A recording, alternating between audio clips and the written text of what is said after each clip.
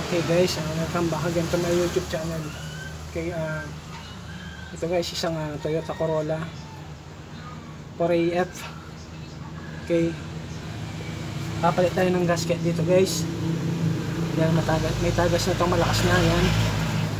Tapos palit na rin tayo ng PCB valve, pati na rin oil filter, langis, sabay tune up na rin guys. Okay, at binilan din natin siya ng bagong mushroom air filter, yung malaki guys.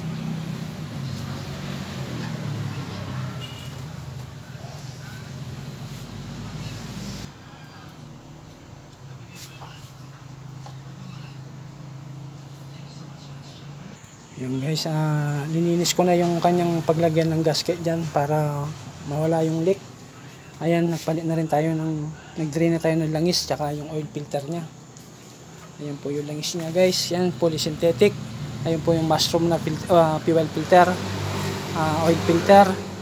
Okay, ito yung PCB valve natin guys. Okay.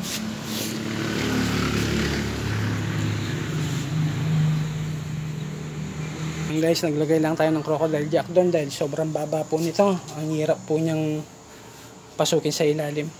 Kaya yan, gano'n lang ako ng para makapaglatag ako doon sa ilalim guys. Okay. Issue nito guys, malakas yung tagas niya dito na nanggagaling sa kanya cylinder head dito, lalabas. Kaya yan, papalitan na rin natin yung gasket niya para mawala yung tagas. Okay, sabay na tayong mag-change oil, magpalit ng langis at oil filter, pati na rin po lalagyan natin ng mushroom fuel filter doon, air filter. Ito yung PCB valve natin. So maluwang na yan guys, oh. Kahit bago maluwang siya guys, oh. Okay, kaya dapat papalitan na rin yan. Ito siya, kabili tayo para pit na pit. Okay guys, nagpalit na po kami ng gasket dito at yung o-ring ng PCB valve, pati na rin po yung PCB valve na to, pinalitan na namin. Okay guys, ito yung oil filter natin na ilalagay. Okay guys, ito po yung ating mushroom filter, air filter. Okay guys, inalagay na po natin yung ating Toyota motor oil, polysynthetic. Okay guys. Okay guys, yung mga ganitong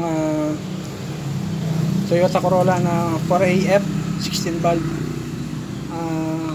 may shim po yan, may shim valve po yan, parang mga Raider. Okay, self adjustment po yan guys.